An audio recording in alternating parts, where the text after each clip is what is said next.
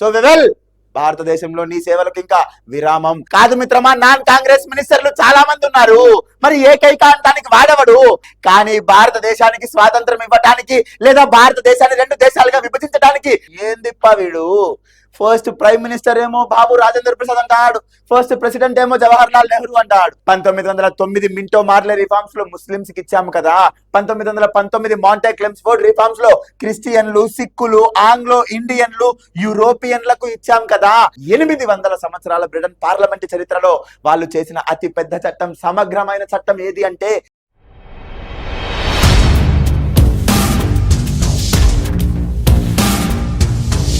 Communal award was introduced in which year. Sir communal అవార్డును ఏ సంవత్సరంలో ప్రవేశపెట్టారు? దానికంటే ముందు నీకు కమ్యూనల్ అవార్డు అంటే కొద్దిగా పరిచయం చేసుకుందాం. సార్ కమ్యూనల్ అవార్డు మరి ఏంటి సార్ కమ్యూనల్ అవార్డు అంటే? 1932వ సంవత్సరంలో, అనగా దీనికంటే ముందు ఇంకొంచెం మాట్లాడితే ఆల్రెడీ మనకు 1930, 1931, 1932 3 రౌండ్ టేబుల్ కాన్ఫరెన్స్లను బ్రిటన్ లోని లండన్ లో నిర్వహించడం జరిగింది. నిర్వహించిన ప్రధానమంత్రి రామ్సే మెక్డొనాల్డ్ అని చెప్పాలి. మరి ఈ రౌండ్ టేబుల్ కాన్ఫరెన్స్ నిర్వహించడానికి గల ముఖ్య కారణం 1927 సైమన్ కమిషన్. 1927లో వచ్చిన సైమన్ కమిషన్ అని చెప్పాలి. మరి ఈ సైమన్ కమిషన్ రావడానికి గల కారణం 1919 మాంటేగ్ చెమ్స్ఫోర్డ్ రిఫార్మ్స్ ని అధ్యయనం చేయడానికి వచ్చిందే 1927 సైమన్ కమిషన్. ఈ సైమన్ కమిషన్ ఇచ్చిన రిపోర్టు ఆధారంగా భారతీయులతో చర్చించి భవిష్యత్తులో భారతదేశంలో చేయబోయే చట్టాల గురించి ఒక ఐడియా రావటానికి, ఒక అంచనా వేయటానికి ఈ 3 రౌండ్ టేబుల్ కాన్ఫరెన్స్ లను బ్రిటన్ లోని లండన్ లో అతని ప్రధానమంత్రి రామ్సే మెక్డొనాల్డ్ నిర్వహించడం జరిగింది.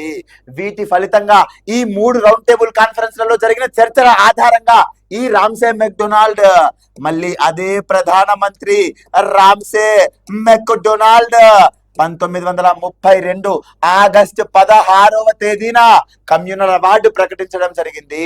సార్ మరి ఈ కమ్యూనల్ అవార్డు ఏంటి సార్? కమ్యూనల్ అవార్డు అనగా మనకు ముందుగా తెలిసిన విషయం ఏంటి మిత్రమా? 1909వ సంవత్సరంలోనే భారతదేశంలో మొట్టమొదటిసారిగా మతపరంగా రిజర్వేషన్లు ఇవ్వడం మొదలు పెట్టారు కదా. అనగా 1909లో ముస్లిం మతానికి రిజర్వేషన్లు ఇచ్చిన వ్యక్తి మింటో. ఆ తర్వాత 1919 మాంటేగ్ చెమ్స్ఫోర్డ్ రిఫార్మ్స్ లో క్రైస్తవులకు, సిక్కులకు, ఆంగ్లో ఇండియన్లకు, యూరోపియన్లకు అనగా క్రిస్టియన్స్ కి మరియు సిక్కులకు మరియు ఆంగ్లో ఇండియన్స్ కి మరియు యూరోపియన్స్ కి వీళ్ళ నల్లగరికి ఇవ్వటం జరిగింది. 1909 మింటో మార్లే రిఫార్మ్స్ లో ముస్లింస్ కి ఇచ్చాము కదా. 1919 మాంటే క్లెమ్స్ఫోర్డ్ రిఫార్మ్స్ లో క్రిస్టియన్లు, సిక్కులు, ఆంగ్లో ఇండియన్లు, యూరోపియన్లకు ఇచ్చాం కదా. ఇదే ఆనవాయితీ కొనసాగిస్తూ ఈ 1932 కమ్యూనల్ అవార్డులో బడుగు బలహీన వర్గాలకు ఏ వర్గాలకు? బడుగు బలహీన వర్గాలకు కూడా ప్రత్యేక రిజర్వేషన్లు ఇవ్వాలని చెప్పి 1932లో రామ్సే మెక్డొనాల్డ్ ఈ కమ్యూనల్ అవార్డును తీసుకురావటం జరిగింది. మరి ఈ కమ్యూనల్ అవార్డును మహాత్మా గాంధీ వ్యతిరేకించారు మిత్రమా. ఇటువైపు చూస్తే బిఆర్ అంబేద్కర్ సమర్థించడం జరిగింది. ఏం జరిగింది? గాంధీ అనగా మహాత్మా గాంధీ దీనిని వ్యతిరేకించాడు. మరి ఒకవైపు చూస్తే మన భీమ్రావ్ రామ్జీ అంబేద్కర్ దీనిని సమర్థించాడు. ఎట్టకేలకు వీరిద్దరి మధ్య 1932 పూనా ప్యాక్ట్ జరిగింది. దీనినే పూనా ఒప్పందం అంటాం.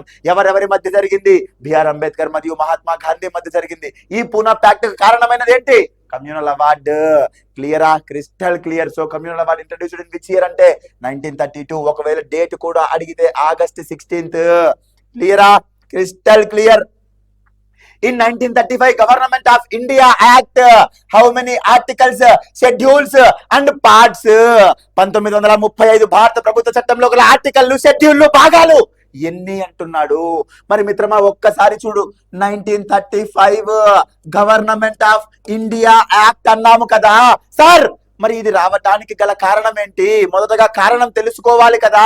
దానికంటే ముందు దీని ముఖ్య ఉద్దేశం ఏంటి తెలుసుకుందాం. ఇది రావటానికి గల కారణం ఏంటి అంటే, మొదటగా సైమన్ కమిషన్ ఇచ్చిన నివేదికను వీళ్ళు పరిశీలించడం జరిగింది. ఆ తరువాత కమ్యూనల్ అవార్డులో వచ్చిన సత్ఫలితాల లేదా ఫలితాలే రాలేదా, ఆ తరువాత 3 రౌండ్ టేబుల్ కాన్ఫరెన్సెస్, ఈ మూడింటిని పరిశీలించి ఒక శ్వేత పత్రాన్ని విడుదల చేశారు. అనగా వైట్ పేపర్ ను రిలీజ్ చేయడం జరిగింది. ఈ వైట్ పేపర్ నే మనం 1935 భారత ప్రభుత్వ చట్టం అంటాము. సరే, మరి దీని యొక్క ముఖ్య ఉద్దేశం ఏంటి? భారతదేశంలో బాధ్యతాయుతమైన ప్రభుత్వాన్ని స్థాపించడం కోసం తీసుకొచ్చాము అని చెప్పారు. ఎవరు? బ్రిటిష్ వాళ్ళు. ఏమ రకమైన ప్రభుత్వం అంట? బాధ్యతాయుతమైన ప్రభుత్వం అంట. మరి ఈ చట్టం తీసుకురావడానికి బాధ్యతాయుతమైన ప్రభుత్వం అన్నారు. మరి ఇంకొక స్పెషాలిటీ ఉంది కదా మిత్రమా, 800 సంవత్సరాల బ్రిటన్ పార్లమెంట్ చరిత్రలో వాళ్ళు చేసిన అతి పెద్ద చట్టం, సమగ్రమైన చట్టం ఏది అంటే ఈ 1935 గవర్నమెంట్ ఆఫ్ ఇండియా యాక్ట్. అనగా 800 సంవత్సరాల బ్రిటన్ పార్లమెంట్ చరిత్రలో వాళ్ళు చేసిన అతి పెద్ద చట్టం ఇదే. మరి ఈ చట్టం అతి పెద్ద చట్టం అని నువ్వు ఎలా చెప్పావు సార్? ఎలా చెప్పాను అంటే, అందులోని ఆర్టికల్స్ ఎన్ని సార్ అంటే 321 ఆర్టికల్స్, 10 షెడ్యూల్స్, 14 భాగాలు. 321 ఆర్టికల్స్, 10 షెడ్యూల్స్, 14 భాగాలతో అత్యద్భుతమైన భారత ప్రభుత్వ చట్టాన్ని తీసుకొచ్చారు. ఎవరు అంటే బ్రిటిష్ వాళ్ళు. క్లియరా? Crystal clear. మరి ఆప్షన్స్ ఎక్కడున్నాయి మిత్రమా? ఆప్షన్ బి 321 ఆర్టికల్స్, 10 షెడ్యూల్స్, 14 భాగాలు. అంత ఇంపార్టెంట్ మిత్రమా. ఇది వచ్చింది 1935లో, బట్ అమలు చేసింది మాత్రం 1937 నుండి అమల్లోకి రావటం జరిగింది. క్లియరా? Crystal clear. మరి ఈ క్వశ్చన్ కి సంబంధించిన ఇన్ఫర్మేషన్ ఇంకా ఏమైనా ఉందా సార్? ఖచ్చితంగా తెలుసుకోవాలి కదా. 1930 భారత ప్రభుత్వ చట్టంలో గల ఆర్టికల్స్ 321 ఆర్టికల్స్, 10 షెడ్యూల్స్, 14 భాగాలు. సార్ బాగుంది. మరి 1950 జనవరి 26న మన భారత రాజ్యాంగం అమల్లోకి వచ్చింది కదా. మరి అందులో ఉన్న ఆర్టికల్స్ ఎన్ని సార్? 395 ఆర్టికల్స్, 8 షెడ్యూల్స్, 22 భాగాలు. సార్ మరి ప్రస్తుత రాజ్యాంగంలో గల ఆర్టికల్స్ సంఖ్య ఎంత? భాగాల సంఖ్య ఎంత? షెడ్యూల్స్ సంఖ్య ఎంత అంటే ప్రస్తుతం ఎన్ని అంటే 395 ఆర్టికల్స్ అలానే ఉన్నాయి, కానీ 480 నంబర్డ్ అని చెప్తాము. అనగా ఆర్టికల్స్ అనగా అవి ఏమి మారలేదు మిత్రమా. బట్ ఆర్టికల్ నెంబర్ 1 కి sub clause A, sub clause B, article 300 sub clause A, sub clause B అని కొత్తగా అమెండ్ చేయడం జరిగింది కదా. ఆ సబ్ క్లాస్లను అన్ని కలుపుకుంటే దాదాపుగా 480 ప్లస్ ఉన్నాయి. మరి ఈ 8 షెడ్యూల్స్ కాస్త 12 షెడ్యూల్స్ గా మారాయి. 22 భాగాలు కాస్త 25 భాగాలుగా మారాయి. మూడింటి మీద పూర్తి స్థాయి అవగాహన ఉండాలా, కమాండ్ ఉండాలా. ఇలాంటి క్వశ్చన్స్ పడతాయి ఎగ్జామ్ లో. క్లియరా? Crystal clear. మరి దీనికి సమాధానం 321 ఆర్టికల్స్, 10 షెడ్యూల్స్, 14 భాగాలు.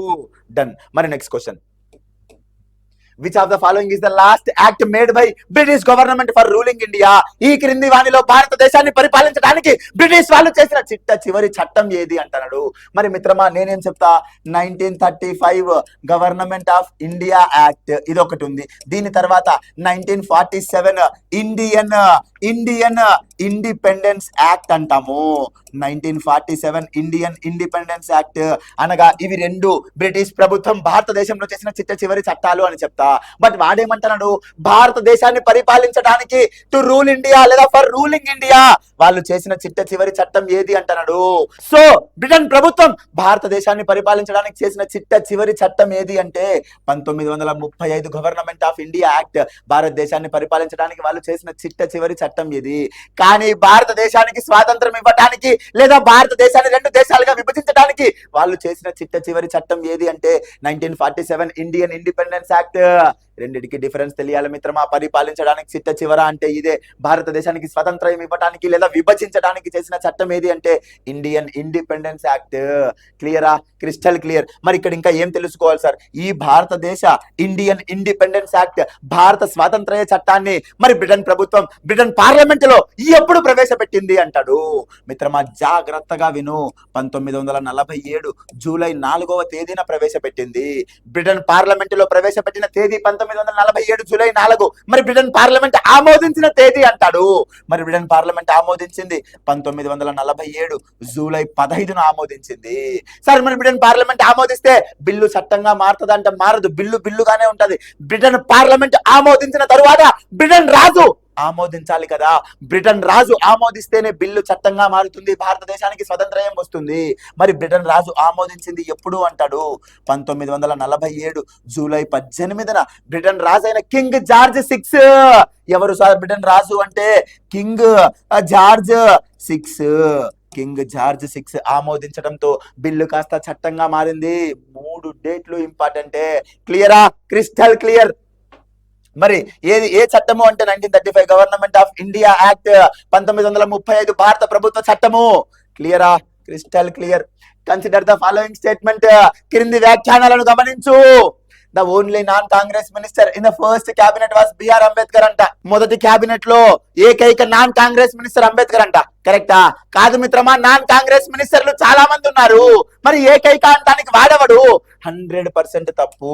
మరి మొదటి క్యాబినెట్ లో ఉన్న నాన్ కాంగ్రెస్ మినిస్టర్స్ ఎవడు అంటాడు? నాన్ కాంగ్రెస్ మినిస్టర్స్ మొదటి క్యాబినెట్ లో ఎవరెవరు ఉన్నారంటే, number 1 BR Ambedkar. BR Ambedkar.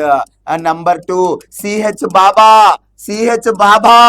Number 3 John Matthai. Number 4 Shyam Prasad Mukherjee. Number 5 Shanmukham Chettiar. ఇది కథ. Non Congress ministers India's first cabinet లో ఎవరు అంటే బిఆర్ అంబేద్కర్, సిహెచ్ బాబా, జాన్ మతాయ్, శ్యామ్ ప్రసాద్ ముఖర్జీ, షణ్ముఖం శెట్టియార్. మరి వాడేం చెప్తున్నాడు? ఓన్లీ అంటున్నాడు. తప్పు కదా. ఓన్లీ అంటే 100% తప్పు కదా. And then next, the only women minister in the first cabinet was Asaf Ali అంట. తప్పు కదా మిత్రమా. ఓన్లీ ఉమెన్ మినిస్టర్ మనం ఆల్రెడీ నిన్న క్లాస్ లోనో మొన్న క్లాస్ లోనో డిస్కస్ చేశాం కదా. ఎవరు అంటే అమృత్ కౌర్ కదా. ఓన్లీ ఉమెన్ మినిస్టర్ ఎవరు అంటే అమృత్ కౌర్ కదా. ఈ అమృత్ కౌర్ కూడా దేని గురించి? వైద్యము మరియు ఆరోగ్యం అని చూసాం కదా, అనగా మెడిసిన్ అండ్ హెల్త్ కదా. సో సెకండ్ స్టేట్మెంట్ కూడా తప్పే. The first law minister in the cabinet formed before independence was BR Ambedkar అంట. ఎట్లయితే అది ఆఫ్టర్ ఇండిపెండెన్స్ అయితేనే కదా BR Ambedkar. First law minister in India formed in the cabinet after independence అంటే BR Ambedkar. మరి బిఫోర్ ఇండిపెండెన్స్ ఎవరు సార్ అంటే జోగీందర్ నాథ్ మండాల్. జోగీందర్ నాథ్ మండల్ అని చెప్పాలి మిత్రమా. బిఆర్ అంబేద్కర్ ఫస్ట్ లా మినిస్టరే, but after independence. Before independence ఎవరు అంటే జోగీందర్ నాథ్ మండల్ అని చెప్పాలి. సో ఈ స్టేట్మెంట్ కూడా తప్పే. నెక్స్ట్ ఏమంటున్నాడు? The first education minister in the cabinet formed after independence అంట. అంటే భారతదేశంలో స్వతంత్ర అనంతరం ఏర్పడిన క్యాబినెట్ లో తొలి విద్యాశాఖ మంత్రి ఎవరు అంటున్నాడు. మరి తొలి విద్యాశాఖ మంత్రి ఎవరు చెప్పు? సి రాజగోపాలాచారినా? కాదు కదా. మౌలానా అబుల్ కలాం కదా. మౌలానా అబుల్ కలాం కదా. బిఫోర్ ఇండిపెండెన్స్ అంటే సి రాజగోపాలాచారి గారు, మరి ఆఫ్టర్ ఇండిపెండెన్స్ మౌలానా అబుల్ కలాం కదా. సో ఈ స్టేట్మెంట్ కూడా తప్పే. క్లియరా? మరి ఏ స్టేట్మెంట్ కరెక్ట్ కాదు. సో ఆన్సర్ ఎంత అంటే నన్ ఆఫ్ ద అబో. మిత్రమా మళ్ళీ ఒక్కసారి చూడు. The only non Congress minister Ambedkar అంటున్నాడు. కానే కాదు. అంబేద్కర్, సిహెచ్ బాబా, జాన్ మతాయ్, శ్యామ్ ప్రసాద్ ముఖర్జీ, షణ్ముఖం శెట్టియార్ అంతమంది ఉన్నారు. కానీ వాడు ఓన్లీ అన్నాడు కాబట్టి తప్పు. The only women minister Asaf Ali అంటున్నాడు. మరి అసఫ్ అలీ ఎవరు సార్ అంటే స్వతంత్రానికి ముందు రైల్వేకి మరియు ట్రాన్స్పోర్ట్ కి మినిస్టర్ గా ఉన్న వ్యక్తి అసఫ్ అలీ అని చెప్పాలి. అసఫ్ అలీ ఎవరు సార్? స్వతంత్రయానికి ముందు ఏర్పడిన క్యాబినెట్ లో రైల్వే మరియు ట్రాన్స్పోర్ట్ మినిస్టర్ ఎవరు అంటే అసఫ్ అలీ. సో ఇది కూడా తప్పే. ఉమెన్ మినిస్టర్ అమృత్ కౌర్ అని చెప్పు. Next third statement, first law minister in the cabinet formed before independence అంట. Before independence law minister Jogendra Nath Mandal, BR Ambedkar after independence. And then last one, first education minister formed after independence అంట. First education minister before independence అయితే C Rajagopalachari, after independence అంటే మౌలానా అబుల్ కలాం. అందుకే ఆయన పేరు మీదుగానే మనం ఏం జరుపుకుంటున్నాం మిత్రమా? నేషనల్ ఎడ్యుకేషన్ డే జరుపుకుంటున్నాం కదా. క్లియరా? Crystal clear. మరి next question, consider the following statement అంట. Mountbatten's announcement was made on June 3rd, 1947. Mountbatten announcement ఎప్పుడు జరిగింది అంటున్నాడు? June 3rd, 1947. ఇక్కడ నువ్వు తెలుసుకోవాల్సిన కొన్ని విషయాలు ఉన్నాయి. అసలు మౌంట్ బెటన్ ఎందుకు వచ్చాడు భారతదేశానికి అంటే, మౌంట్ బెటన్ కంటే ముందు భారతదేశంలో ఎవరున్నారు అంటే, మౌంట్ బెటన్ కంటే ముందు ఇండియన్ వైస్రాయ్ గా లార్డ్ వెవెల్ ఉన్నాడు. ఎప్పటి నుండి ఎప్పటి వరకు ఉన్నాడంటే 1943 నుండి 1947 మార్చి 21 వరకు వైస్రాయ్ గా ఎవరున్నారంటే వెవెల్ ఉన్నాడు. సార్ మరి వెవెల్ స్థానంలో మౌంట్ బెటన్ ని ఎందుకు దింపారు సార్ అంటే, మౌంట్ బ్యాటన్ 1947 మార్చి 22న భారతదేశానికి గవర్నర్ జనరల్ లేదా వైస్రాయ్ గా అడుగు పెట్టాడు. ఎవరు అంటే మౌంట్ బ్యాటన్. ఎందుకు సార్ మౌంట్ బ్యాటన్ వచ్చాడు వెవెల్ స్థానంలో అంటే, భారతదేశంలో బాగా అల్లర్లు చెలరేగాయి. ఆల్రెడీ 1946 ఆగస్టు 16వ తేదీన ముస్లిం ప్రత్యక్ష చర్య దినోత్సవం పాటించింది. The direct action day of Muslims అని చెప్పారు. ఏ రోజున అంటే 1946 ఆగస్టు 16న. సో ఈ ముస్లిం ప్రత్యక్ష చర్య దినోత్సవం కారణంతో భారతదేశంలో అల్లర్లు జరిగాయి. భారతదేశం నుండి ముస్లింలకు ప్రత్యేక దేశం ఇవ్వండి, పాకిస్తాన్ దేశంగా లేదా మమ్మల్ని విడదీయండి, ఈ అల్లర్లు కంట్రోల్ చేయటంలో మన వెవెల్ గారు విఫలమయ్యారు. సో వెవెల్, భారతదేశంలో నీ సేవలకు ఇంకా విరామం, నీ సేవలకు సెలవు, నువ్వు వచ్చేసే బ్రిటన్ కి. సో వెవెల్ స్థానంలో మౌంట్ బ్యాటన్ వచ్చాడు. మౌంట్ బ్యాటన్ వచ్చింది మార్చి 22వ తేదీన. బట్ అనౌన్స్మెంట్ చేసింది జూన్ 3, 1947. అనగా 3 నెలల సమయం ఆయన గమనించాడు, భారతదేశ పరిస్థితులను అధ్యయనం చేశాడు, ఆయన పూర్తిగా గ్రౌండ్ రియాలిటీని తెలుసుకొని జూన్ 3న అనౌన్స్ చేశాడు. అనౌన్స్మెంట్ లో ఏం చెప్పాడు? మేము భారతదేశానికి స్వాతంత్ర్యం ఇవ్వటానికంటే ముందు, స్వాతంత్రం ఇవ్వటానికంటే ముందు మేము దేశాన్ని 3 ప్రాంతాలుగా 2 దేశాలుగా విభజిస్తామన్నాడు. ఎన్ని ప్రాంతాలుగా? 3 ప్రాంతాలుగా. ఎన్ని దేశాలుగా? 2 దేశాలుగా. ఈ 2 దేశాలలో మొదటి దేశమేమో ఇండియా అంట, ఒక దేశం ఇండియా అంట, ఇంకొక దేశమేమో పాకిస్తాన్ అంట. ఓకే, బాగుంది, 2 దేశాలుగా విభజిస్తావు. మరి 3 ప్రాంతాలు ఏంటి అని అడిగితే, ఆ 3 ప్రాంతాలు ఏంటివంట? ఒకటేమో ఇండియా అంట, ఒకటేమో పాకిస్తాన్ అంట, ఇంకొకటేమో బంగ్లాదేశ్ అంట. ఇదే వాడు చెప్పింది మౌంట్ బ్యాటన్ ప్రకటన అంటే ఏమిలా? అసలు మౌంట్ బ్యాటన్ భారతదేశానికి రావడానికి గల కారణం అధికార బదిలీ చేయడానికి, స్వతంత్రం ఇవ్వటానికి వచ్చాడు. మరి ఆ అధికార బదిలీ ఎలా చేస్తాడంట?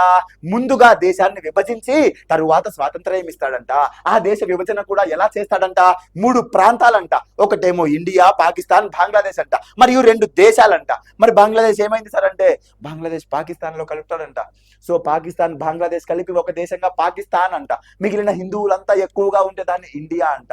ఈ విధంగా mount baton plan announcement June 3, 1947 జరిగింది. సో వాడు కూడా అదే అన్నాడు, mount battens announcement was made on June 3, 1947. కరెక్టే కదా? కరెక్టే. Britain king George 6 signed the Indian Independence act on July 15th అంట. కాదు కదా, బ్రిటన్ పార్లమెంట్ కదా జూలై 15th ఆమోదించింది. ఒక్కసారి రివైండ్ చేయపా, చూడు, జూలై 4th బ్రిటన్ పార్లమెంట్ లో ప్రవేశపెట్టినాం. బ్రిటన్ పార్లమెంట్ ఆమోదించింది జూలై 15th. బ్రిటన్ రాజైన కింగ్ జార్జ్ 6 ఆమోదించింది జూలై 18th కదా. మరి వాడేంది ఇడా? కింగ్ జార్జ్ 6 ఆమోదించింది జూలై 15th అంటున్నాడు, తప్పు కదా. జార్జ్ 6 ఆమోదించింది జూలై 18th కదా. సో ఈ statement wrong. Wavell's announcement was also called as Falcon announcement. కాదు, ఈ మౌంట్ బ్యాటన్ ప్రకటన ఏమంటారంటే ఫాల్కన్ ప్రకటన లేదా డిక్కీ బోర్డ్ ప్రకటన. ఈ మౌంట్ బ్యాటన్ ప్రకటననే మనం ఏమన్నామంటే, ఇది ఒక ఫాల్కన్ ప్రకటన, ఇది ఒక డిక్కీ బర్డ్ ప్రకటన అన్నాము. వెవెల్స్ ప్రకటనను కాదు మిత్రమా అనింది. సో ఇది కూడా తప్పే. మరి నెక్స్ట్ ఏమంటున్నాడు? The first agriculture minister of India was Sardar Vallabhbhai Patel అంట. First agriculture minister Sardar Vallabhbhai Patel కాదు మిత్రమా. ఫస్ట్ అగ్రికల్చర్ మినిస్టర్ ఎవరు అంటే మన బాబు రాజేంద్ర ప్రసాద్ గారు. ఫస్ట్ అగ్రికల్చర్ మినిస్టర్ మరియు ఫుడ్ మినిస్టర్ కూడా బాబు రాజేంద్ర ప్రసాద్ గారే. మరి సర్దార్ వల్లభాయ్ పటేల్ అన్నాడు కదా సార్. నెక్స్ట్ పేజ్ కి పోతున్నా, ఒకసారి చూడు. ఫస్ట్ అగ్రికల్చర్ మినిస్టర్, అగ్రికల్చర్ మరియు ఫుడ్ కు ఎవరు అంటే మన బాబు రాజేంద్ర ప్రసాద్ గారు. బాబు రాజేంద్ర ప్రసాద్ గారు. సార్ మరి సర్దార్ వల్లభాయ్ పటేల్ కూడా వాడు ఇచ్చాడు కదా. సర్దార్ వల్లభాయ్ పటేల్ ఉక్కు మనిషి, నేషనల్ యూనిటీ డే ఈ పేరు మీద జరుపుకుంటాం కదా. మరి ఆ సర్దార్ వల్లభాయ్ పటేల్ దేనికి ఉన్నాడు సార్ అంటే రక్షణ శాఖ మంత్రి మరియు సమాచార ప్రసార శాఖ మంత్రి. ఈ సర్దార్ వల్లభాయ్ పటేల్ సమాచారం మరియు ప్రసార శాఖ మంత్రి. కమింగ్ టు బాబు రాజేంద్ర ప్రసాద్ వ్యవసాయం మరియు ఆహార శాఖ మంత్రి. సార్ మరి ప్రామినెంట్ ఫిగర్ మన జవహర్ లాల్ నెహ్రూ, మహాత్మా గాంధీ గారినే గురువుగా చెప్పుకున్న జవహర్ లాల్ నెహ్రూ ఉన్నాడు కదా, మరి ఆయన ఏ మంత్రిత్వ శాఖను ఆయన స్వీకరించడం జరిగింది సార్ అంటే ఆయన ప్రధానమంత్రి మరియు కామన్వెల్త్ దేశాలు ఉన్నాయి కదా, కామన్వెల్త్ దేశాలు బ్రిటిష్ వారిచే పరిపాలించబడిన దేశాలను కామన్వెల్త్ దేశాలు అన్నాం కదా, ఆ కామన్వెల్త్ దేశాల మంత్రిత్వ శాఖ ఆయన దగ్గరే ఉంది. మరియు ఎక్స్టర్నల్ అఫైర్స్ అనగా ఫారిన్ అఫైర్స్, ఈ మూడు తీసుకున్న వ్యక్తే మన జవహర్ లాల్ నెహ్రూ. క్లియరా? క్రిస్టల్ క్లియర్ గా ఉండాలి. క్యాబినెట్ మినిస్ట్రీ మన ఆన్లైన్ క్లాసుల్లో నీట్ గా ఇన్ డెప్త్ గా చెప్పడం జరిగింది. నీకు పాలిటీ ఈ రేంజ్ సబ్జెక్ట్ కావాలంటే, నేను గ్రూప్ 2 పరీక్ష ఈ సంవత్సరంలో ఖచ్చితంగా క్రాక్ చేయాలి అంటే చరణ్ సార్ పాలిటీ క్లాసెస్ అన్ని అమృతాస్ అకాడమీ యాప్ లో రికార్డ్ చేయడం జరిగింది. మిత్రమా ఒక్కసారి విజిట్ చేయి, డెమో క్లాసులు ఉన్నాయి. నీకు నచ్చితేనే, ఏపీ తెలంగాణలో చరణ్ సార్ అద్భుతంగా పాలిటీ చెప్తున్నాడు అని నీకు అనిపిస్తేనే, మన చెప్తున్నాడు కాదు క్వాలిటీ కంటెంట్ కూడా ఇస్తున్నాడు అనుకుంటేనే ఒక్కసారి యాప్ డౌన్లోడ్ చేసుకొని పర్చేస్ చేయి మిత్రమా. క్లియరా? Crystal clear. సో మరి ఇది కూడా తప్పే కదా. First agriculture minister Babu Rajendra Prasad అని చెప్పా కదా, డన్. మరి స్టేట్మెంట్ 1 మాత్రమే correct. So only 1 is correct. Next question. Consider the following statements. The first governor general of independent India C Rajagopalachari అంట. Blunder mistake. మరి ఏం చెప్తాండా, 1947 ఆగస్ట్ 15న భారతదేశానికి ఇండిపెండెన్స్ వచ్చింది. మరి ఈ ఇండిపెండెన్స్ వచ్చే నాటికి బ్రిటన్ కింగ్ ఎవరు అంటే కింగ్ జార్జ్ 6 అని చెప్పాలా? మరి గవర్నర్ జనరల్ ఆఫ్ ఇండియా లేదా వైస్రాయ్ ఎవరు అంటే మౌంట్ బ్యాటన్ అని చెప్పాలా?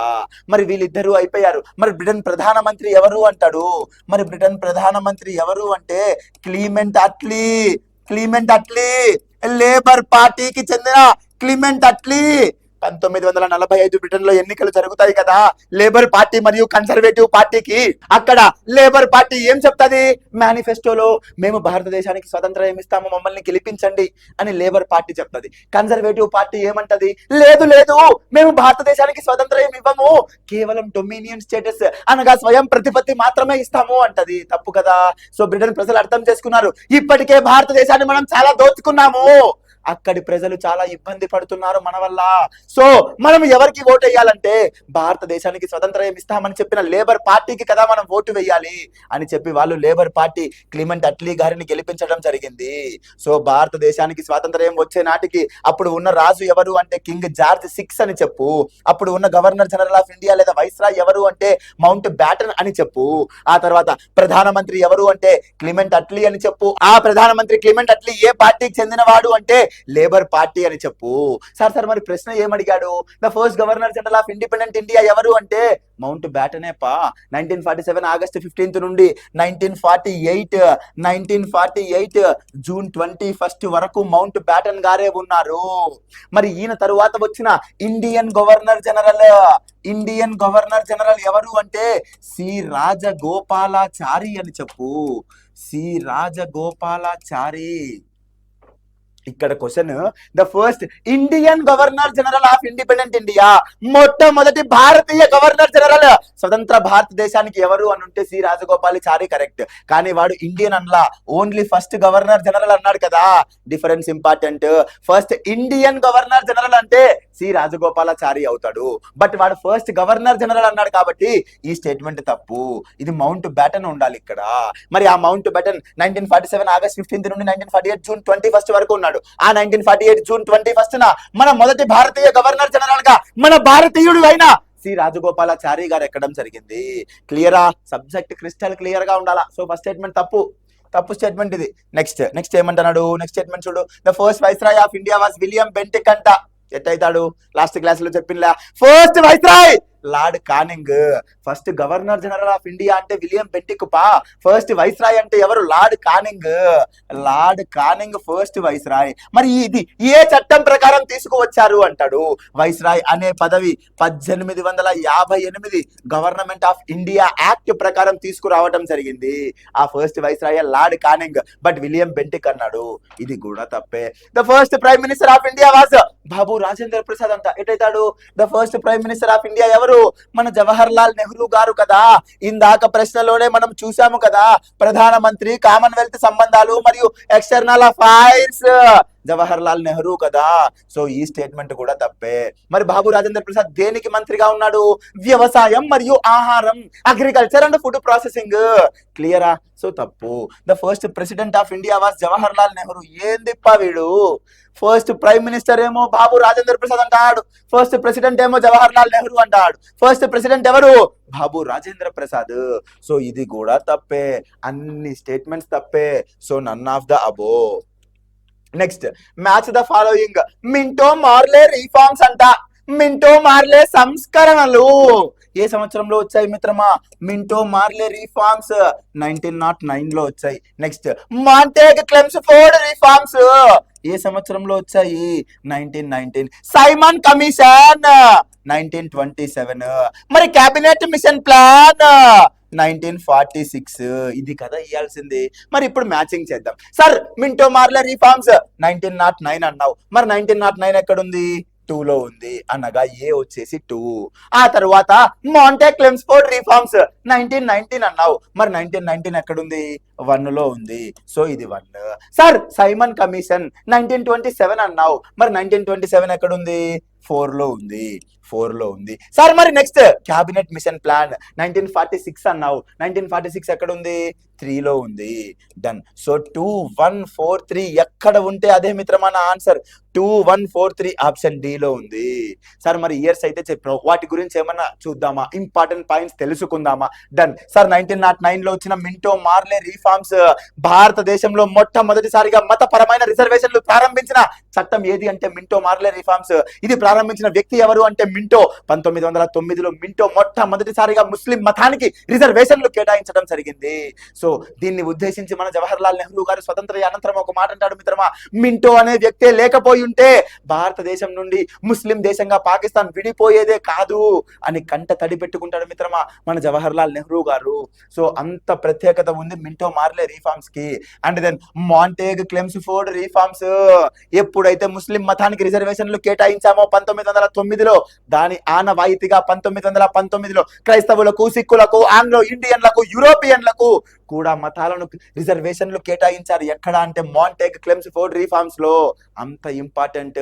మరి మాంటేగు అనగా భారత వ్యవహారాల కార్యదర్శి, క్లెమ్స్ఫోర్డ్ అనగా భారత వైస్రాయ్, ఇక్కడ మింటో అనగా భారత వైస్రాయ్, మార్లే అనగా భారత వ్యవహారాల కార్యదర్శి. ఇంపార్టెంట్ మిత్రమా. And then Simon commission. Sir Simon commission ఏంటి సార్? ఈ 1919లో వచ్చిన మాంటేగ్ క్లెమ్స్ఫోర్డ్ రిఫార్మ్స్ ని అధ్యయనం చేయడానికి వచ్చిన కమిషనే సైమన్ కమిషన్. మరి ఈ సైమన్ కమిషన్ లో ఉన్న సభ్యులు ఎంతమంది సార్ అంటే 1+6 అని చెప్పాలి. దీని హెడ్ ఎవడు అంటే sir John Simon. Sir John Simon, ఆయన పేరు మీదుగానే సైమన్ కమిషన్ అని పేరు పెట్టాము.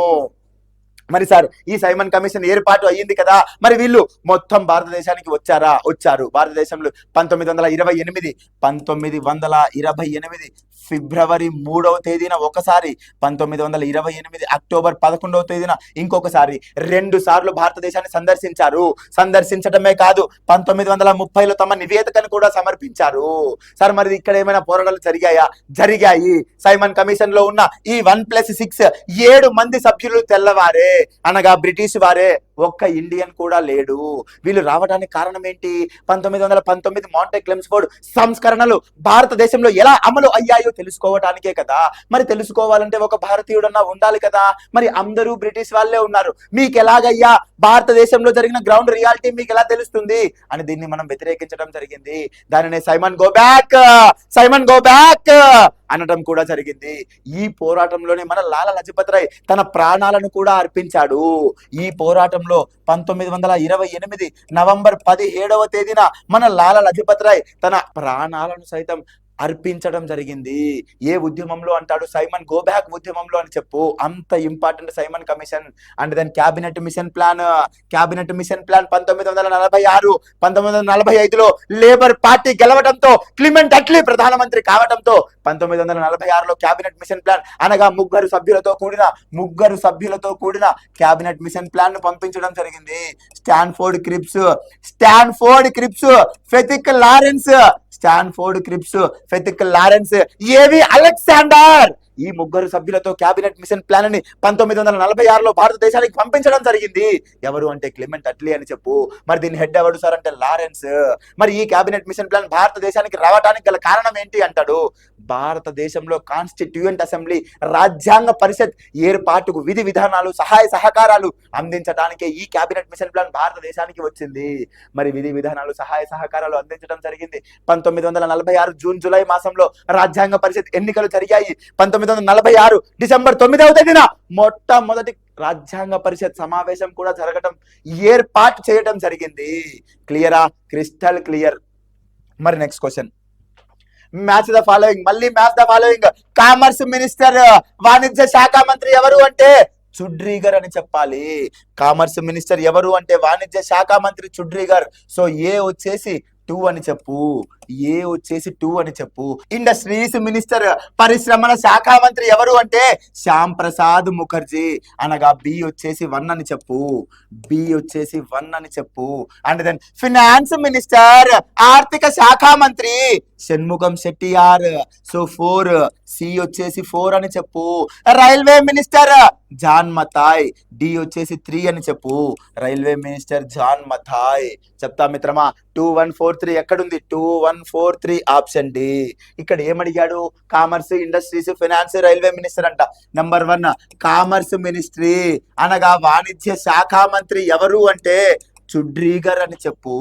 అండ్ దెన్ ఇండస్ట్రీస్ మినిస్టర్ పరిశ్రమల శాఖ మంత్రి ఎవరు అంటే శ్యామ్ ప్రసాద్ ముఖర్జీ అని చెప్పు. And then finance minister Shanmugam Chettiar అని చెప్పు. And then railway minister John Mathai అని చెప్పు. మిత్రమా ఇంపార్టెంట్. కామర్స్ మినిస్టర్ ఎవరు అంటే Chundrigar, industries minister Shyam Prasad Mukherjee, finance minister ఈయన స్వాతంత్ర్య అనంతరం షణ్ముగం శెట్టియార్. ఆర్థిక శాఖ మంత్రి స్వాతంత్ర్య అనంతరం షణ్ముగం శెట్టియార్. అంతకు ముందు లియాఖత్ అలీ. స్వాతంత్రయానికి ముందు ఎవరు అంటే లియాఖత్ అలీ అని చెప్పు. మిత్రమా కన్ఫ్యూజ్ అయ్యే ఛాన్సులు ఎక్కువ. ఆర్థిక శాఖ మంత్రి స్వాతంత్రయానికి ముందు లియాఖత్ అలీ, స్వాతంత్రయ అనంతరం షణ్ముగం శెట్టియార్. క్లియరా? మరి రైల్వే మినిస్టర్ స్వాతంత్రయ అనంతరం జాన్ మథాయ్. స్వాతంత్రానికంటే ముందు అసఫ్ అలీ. జాగ్రత్త, కన్ఫ్యూజ్ అయ్యే ఛాన్సెస్ ఎక్కువ. మరి ఇక్కడే మనం న్యాయ శాఖ మంత్రి లా మినిస్టర్ చూసుకుంటే స్వాతంత్రయ అనంతరం బిఆర్ అంబేద్కర్. మరి స్వాతంత్రయానికంటే ముందు జోగిందర్ నాథ్ మండాల్. ఇంపార్టెంట్. స్వాతంత్రయానికంటే ముందు. ఇక్కడే ఇంకొకటి కూడా చూడాలి మిత్రమా, ఈ మధ్య కాలంలో ఎక్కువగా ఫోకస్ చేసినాడు వర్క్స్, మైన్స్ అండ్ పవర్. స్వాతంత్రయానికి ముందు బిఫోర్ ఇండిపెండెన్స్ అయితే సిహెచ్ బాబా అని చెప్పు. ఆఫ్టర్ ఇండిపెండెన్స్ అయితే గాడ్ గిల్ అని చెప్పు. ఇదేమో బిఫోర్ ఇండిపెండెన్స్, ఇదేమో after independence. Works, mines, power, C H Bhabha, Gadgil. Important. So మంత్రిత్వ శాఖలు, వారి మంత్రుల గురించి మంచి అవగాహన ఉండాలి మిత్రమా. మ్యాచ్ ద ఫాలోయింగ్ పడుతున్నాయి క్వశ్చన్స్.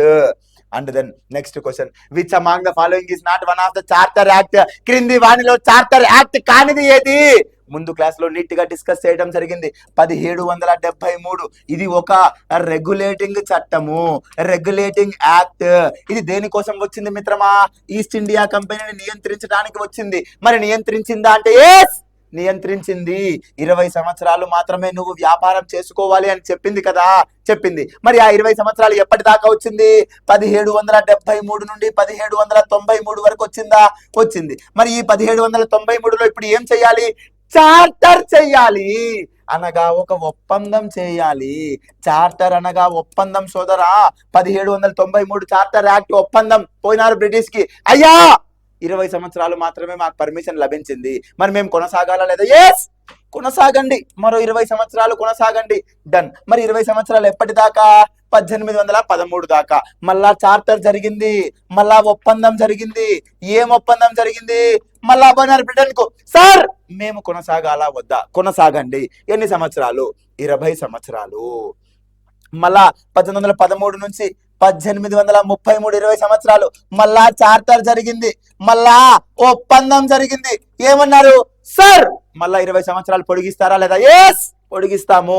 మళ్ళా 20 సంవత్సరాలు పొడిగిస్తున్నారు. మళ్ళా 1833 నుండి 1853కి వచ్చింది. మళ్ళా 1853లో మళ్ళీ చార్టర్ జరిగింది. మళ్ళా పోయినారు, సార్ మళ్ళీ 20 సంవత్సరాలు పొడిగిస్తారా? పొడిగించము. ఇంకా పాండి ఇంటికి, పొడిగించము. సరే మరి ఎన్ని సంవత్సరాలు ఉండాలి?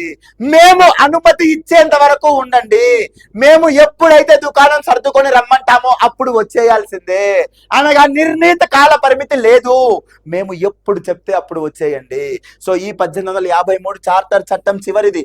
ఆ తరువాత 1857లో సిపాయి రివోల్ట్ జరగటంతో 1858లో ఈస్ట్ ఇండియా కంపెనీ దుకాణం సర్దుకొని భారతదేశం నుండి బ్రిటన్ కు వెళ్ళిపోయింది. సో ఇక్కడ నుంచి నువ్వే చెప్పు నాకు, ఎన్ని చార్టర్ చట్టాలు ఉన్నాయి? ఒకటేమో 1793, 1813, 1833, 1853. 4 చార్టర్ చట్టాలు ఉన్నాయి. చార్టర్ అనగా ఒప్పందము.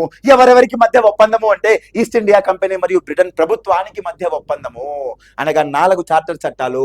మరి ఇక్కడ చూడు, చార్టర్ చట్టం కానిది ఏది అన్నాడు? 1793 చార్టర్ చట్టం ఉంది కదా, 1813 ఉంది కదా, 1773 ఇది రెగ్యులేటింగ్, ఇది చార్టర్ కాదు, రెగ్యులేటింగ్. సో ఇది కాదు. మళ్ళీ 1853 ఇక్కడ ఉంది కదా, చివరి చార్టర్ చట్టం ఇదే కదా. డన్, అయిపోయింది. ఇక్కడ ఇంకొక కాన్సెప్చువల్ బిట్టు పడుతుంది. సార్ మరి అన్ని చార్టర్ చట్టాలలో అతి తక్కువ కాలం ఉన్న చార్టర్ చట్టం ఏదండి? చూడు, నువ్వే చూడు. ఇది ఎన్ని సంవత్సరాలు ఉంది? 20 సంవత్సరాలు. ఇది ఎన్ని సంవత్సరాలు ఉంది? 20 సంవత్సరాలు. ఇది ఎన్ని సంవత్సరాలు ఉంది? 20 సంవత్సరాలు. మరి 1853 చార్టర్ చట్టం మాత్రం 20 సంవత్సరాలు లేదు కదా. ఎన్ని సంవత్సరాలు ఉంది? 1853 నుండి 1858 వరకు, అనగా కేవలం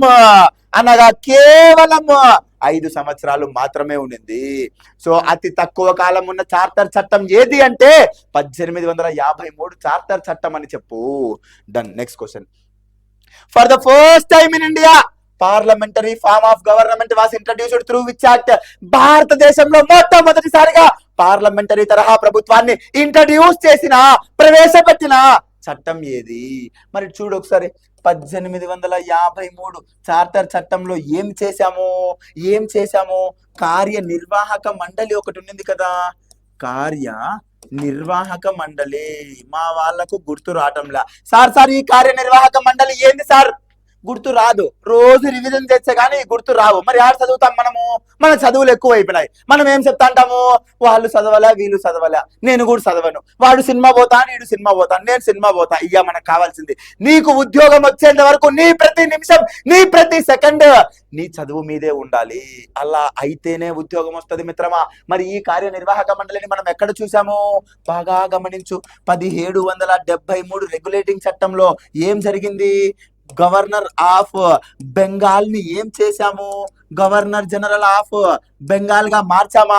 ఈ governor general of Bengal Warren Hastings కి తన విధులలో సహాయ సహకారాలు అందించడానికి 4 సభ్యులతో కూడిన కార్యనిర్వాహక మండలిని ఇచ్చాం కదా. ఆ 4 సభ్యులు Barwell, Philip Francis, Clavering, Monson అని చెప్పాను కదా. గుర్తు రావటంలే. రోజు రివిజన్ చేస్తే కదా గుర్తొచ్చేది. సో ఈ కార్యనిర్వాహక మండలిని ఏం చేసినారంటే, ఒకటేమో శాసనాలు తయారు చేయటానికి శాసన శాఖగా, ఇంకొకటేమో కార్యనిర్వాహక శాఖగా. ఈ కార్యనిర్వాహక మండలిని శాసన శాఖగా మరియు కార్యనిర్వహణ శాఖగా 2గా విభజించినారు. ఇక్కడ ఈ శాసన శాఖ శాసనాలు తయారు చేయటానికి సెంట్రల్ లెజిస్లేటివ్ కౌన్సిల్ ఏర్పాటు చేశారు. అక్కడ ఏర్పడిన కార్యనిర్వాహక మండలి దాని సంఖ్య పెరుగుతా వచ్చింది. ఆ కార్యనిర్వాహక మండలినే ఒకటేమో శాసనశాఖ, ఇంకొకటేమో కార్యనిర్వాహక శాఖ రెండుగా విభజించినారు. రెండుగా విభజించడమే కాదు, ఈ శాసనశాఖ శాసనాలను తయారు చేయడానికి సెంట్రల్ లెజిస్లేటివ్ కౌన్సిల్ ఏర్పాటు చేయడం జరిగింది. ఈ సెంట్రల్ లెజిస్లేటివ్ కౌన్సిల్ ఇంగ్లాండ్ లోని పార్లమెంట్ తరహాలో పనిచేస్తుంది. కాబట్టి దీనిని మినీ పార్లమెంట్ అని కూడా అన్నారు. సో ఇక్కడ ఏం జరిగింది, కార్యనిర్వాహక మండలి దీనిని శాసనశాఖ కార్యనిర్వహణ శాఖగా వేరు చేశారు. ఈ శాసనశాఖ శాసనాలను తయారు చేయడానికి సెంట్రల్ లెజిస్లేటివ్ కౌన్సిల్ ఏర్పాటు చేశారు. ఈ సెంట్రల్ లెజిస్లేటివ్ కౌన్సిల్ శాసనాలను తయారు చేస్తుంది కదా, అనగా ఇంగ్లాండ్ లోని పార్లమెంట్ తరహా రూపంలో పనిచేస్తుంది కదా, అందుకే దానిని మినీ పార్లమెంట్ అన్నారు. క్లియరా? Done sir. మరి ఇక్కడ శాసనశాఖ కార్యనిర్వాహక శాఖ, ఇక్కడ ఏర్పడిన కార్యనిర్వాహక శాఖ శాసనశాఖ నుండి వేరు అయి ఏర్పడింది. వేరు అవ్వటమే కాదు, తిరిగి శాసనశాఖకు బాధ్యత వహిస్తుంది. అనగా ఇప్పుడు శాసనశాఖ చూసుకుంటే ఎవరెవరు వస్తారు? రాష్ట్రపతి, లోక్సభ, రాజ్యసభ. శాసనాలను తయారు చేసేది వీళ్ళే కదా. ఒకటి లోక్సభ, ఒకటి రాజ్యసభ మరియు రాష్ట్రపతి. అనగా ఈ శాసనశాఖ శాసనాలు తయారు చేస్తే దాన్ని అమలు చేసేది ప్రభుత్వము, అటార్నీ జనరల్, మంత్రి మండలి. అనగా శాసనశాఖలో ఉన్న లోక్సభ, రాజ్యసభ ఇక్కడ కార్యనిర్వహణ శాఖకు వచ్చేసరికి వీళ్ళే మంత్రులుగా, ప్రభుత్వాలుగా ఏర్పడుతున్నారా? మిత్రమా, అర్థం చేసుకో. In depth subject. శాసనశాఖలో ఎవరున్నారు? రాష్ట్రపతి. ఒక్కసారి చూద్దాం, జాగ్రత్తగా చూడు. శాసనశాఖ, తరువాత కార్యనిర్వాహక శాఖ. మిత్రమా, జాగ్రత్తగా గమనించు. శాసనశాఖ అంటే శాసనాలను తయారు చేసే శాఖ. ఇందులో ఎవరుంటారంటే రాష్ట్రపతి ఉంటాడు, ఆ తరువాత లోక్సభ కూడా ఉంటుంది, ఆ తరువాత రాజ్యసభ కూడా ఉంటుంది. మరి కార్యనిర్వహణ శాఖలో ఎవరుంటారు సార్? గవర్నమెంట్ అనగా ప్రభుత్వం ఉంటుంది. అండ్ దెన్ మంత్రి మండలి ఉంటారు, ఆ తరువాత రాష్ట్రపతి ఉంటారు. ఈ విధంగా కార్యనిర్వాహక శాఖలో కొంతమంది సభ్యులు ఉంటారు. మిత్రమా, శాసనాలను తయారు చేసేది ఎవరు అంటే శాసనశాఖ. వీటిని అమలు చేసేది ఎవరు అంటే కార్యనిర్వాహక శాఖ. అనగా ఒక శాసనం తయారు చేయాలంటే లోక్సభ ఆమోదించాలి, రాజ్యసభ ఆమోదించాలి. ఇవి రెండు ఆమోదిస్తే దానిని ప్రెసిడెంట్ ఆర్టికల్ 111 ప్రకారం రాష్ట్రపతి ఆమోదిస్తే ఆ బిల్లు చట్టంగా మారుతుంది. అనగా వీళ్ళు ఒక చట్టం చేశారు. ఈ చట్టాన్ని అమలు చేయాల్సిన బాధ్యత ఎవరిది? కార్యనిర్వాహక శాఖది. అనగా రాష్ట్రపతి అవ్వచ్చు, ఉపరాష్ట్రపతి అవ్వచ్చు, గవర్నమెంట్ అవ్వచ్చు, వారి మంత్రి మండలి కూడా అవ్వచ్చు. క్లియరా? మరి ఈ శాసనశాఖ నుండి కార్యనిర్వాహక శాఖ వేరయ్యింది అంటున్నా. ఎలా వేరయ్యింది సార్ అంటే, ఈ లోక్సభ, ఈ రాజ్యసభలో ఉన్న ఎంపీలే కదా ఇక్కడ మంత్రులుగా ఫామ్ అయ్యేది, ఇక్కడ ఉన్న ఎంపీలే కదా ప్రభుత్వాన్ని ఏర్పాటు చేసేది, ఇక్కడ ఉన్న ఎంపీనే కదా ఇక్కడ ప్రధానమంత్రి అయ్యేది. అనగా శాసనశాఖ నుండి కార్యనిర్వాహక శాఖ వేరయ్యింది. మళ్ళీ ఈ కార్యనిర్వాహక శాఖ తిరిగి శాసనశాఖకు బాధ్యత వహించాలంట. అర్థం కాలా సార్? మరి ఇక్కడ నుండి ఇక్కడికి వేరైంది కదా, బాగుంది. మళ్ళీ వీళ్ళకు బాధ్యత వహించడం ఏంటి సార్? అనగా ఇప్పుడు కార్యనిర్వాహక శాఖలో ఉన్న ప్రభుత్వము నిలబడాలంటే, ప్రభుత్వము తమ మెజారిటీ చూపించాలంటే లోక్సభలో తమ మెజారిటీ చూపించాలా, రాజ్యసభలో తమ మెజారిటీ చూపించాలి కదా. అప్పుడే కదా ప్రభుత్వం నిలబడుతుంది. ఇప్పుడు క్లియర్ గా అర్థమై ఉంటది. సో శాసనశాఖ నుండి కార్యనిర్వాహక శాఖ వేరైంది. వేరవటమే కాదు, మళ్ళీ ఇది శాసనశాఖకు బాధ్యత వహించాలి. అనగా ఇక్కడ మెజారిటీ చూపిస్తేనే ఇక్కడ ప్రభుత్వం నిలబడుతుంది. ఈ మొత్తం స్ట్రక్చర్ ని ఇక్కడిక్కడే తిరిగే ఈ స్ట్రక్చర్ నే మనం ఏమంటామంటే పార్లమెంటరీ తరహా ప్రభుత్వం అంటాము. పార్లమెంటరీ ఫార్మ్ ఆఫ్ గవర్నమెంట్ అంటాము. Parliamentary form of government. ఇది పార్లమెంటరీ తరహా ప్రభుత్వం అంటే. రాష్ట్రపతి చాప్టర్ లో అనగా కేంద్ర ప్రభుత్వ చాప్టర్ లో కూలంకుషంగా ఇన్ డెప్త్ గా నీట్ గా డిస్కస్ చేయడం జరిగింది.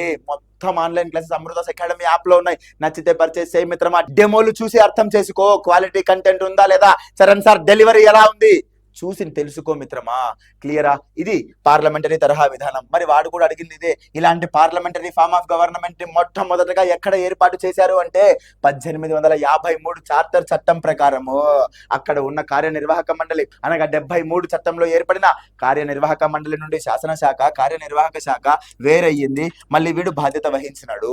దీనినే parliamentary form of government 1853 charter act. క్లియరా? Crystal clear.